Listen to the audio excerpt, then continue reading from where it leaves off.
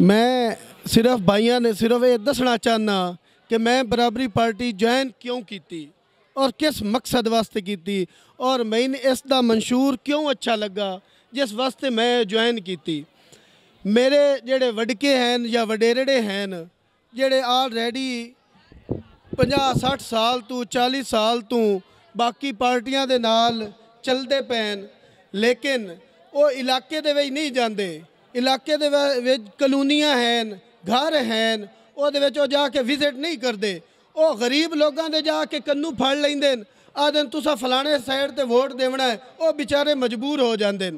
लेकिन उन्होंने घरों के हालात कोई जाके नहीं वेदा कि उन्होंने मैं काफ़ी मेरे इलाके के मसैल का मैंने पता, इत्थों का मैंने नहीं पता।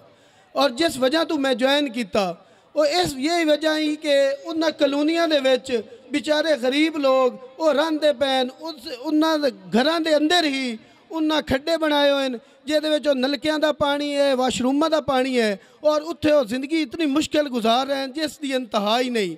और इस वास्ते कोई उन्होंने स्टैंड नहीं लेंदा और ना किसी के कोल अजिहा कोई प्लेटफार्म है। और ये प्लेटफार्म मैं एक आम जिहा बंदा, मैं कोई लैंडलॉर्ड नहीं, मैं कोई वड्डा जमींदार नहीं, और बाकी जितने भी कैंडीडेट हैं ये तुहाडे सामने बड़े गरीब लोग हैं। और ये प्लेटफार्म जिहड़ा है ये जवाद साहब सन दिता है, और इस पार्टी का मंशूर एक अच्छा मंशूर है जिहड़ा गरीबों के हक वास्ते लड़दा पिया है। यदी तकलीफ तुहानूं होनी है तो उत्ते नहीं होनी।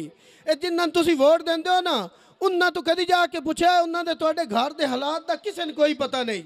वो हालात तुहानूं पता है या तुहाडे गवाढ़ी नूं पता हो सी या तुहाडे घर दे विच जिहड़े 2-4 रहण वाले नूं ना हो सी, उसकी तकलीफ भी उसे होनी है। इस वास्ते तुसीं स्टैंड लियो, सारे गरीब लोग मिल के तुसीं इसका मुकाबला करो, तुसीं अगे आओ ताकि तुहाडे जिहड़े मसैल हैं वो हल होवें। इहदे वास्ते तुहाडे कोल एक अच्छा प्लेटफार्म है बराबरी पार्टी पाकिस्तान। बराए मेहरबानी इसका साथ दिओ और ताकि तुहाडे जिहड़े मसैल हैं वो असी आम लोग जिहड़े अगे जाविए और उसनूं असी हल करिए। Thank you.